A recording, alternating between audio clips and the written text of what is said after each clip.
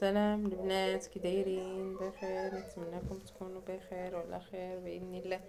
اليوم ان شاء الله غنشارك معكم واحد الجليبات خيطتهم بناتي بجوج.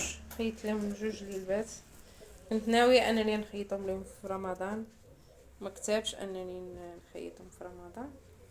عاد كتاب دابا ما خيطهمش ليا، قالك مع الزحام وداكشي، قلت صافي من الاحسن يخليهم حتى يفوت رمضان. واليوم ان شاء الله جبتهم، كنتمنى يعجبوكم. بنيتها عندها 3 سنين ونص، والاخرى عندها 9 سنين. ولكن هاد الخياطه البنات تيخيط زوين صراحه. شوفوا، خيط لهم داكشي سامبل وحلو، جاو زوينين البنات. كنتمنى تعطوني الراي ديالكم فيهم.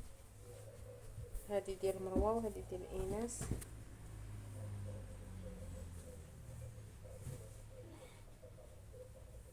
كنتمنى يعجبوكم. وهذه ديال الاخت ديالي عاود، هاي ثمن عادي للدراوش وصافي. قلنا لهم يعني غير خفافين جلال ماشي. ومن الاحسن يعني هادشي دابا هكا كيجي زوين، تيجي حلو. نتمنىكم تعطوني الراي ديالكم في هاد الجليبات اللي درت البنات واللي درت اختي. يعني الثمن مناسب وصل الخياطه البنات عندهم تقونه. هاد السيد اللي كنخيطو عنده الخياطه ديالهم زوينه. شكرا لكم.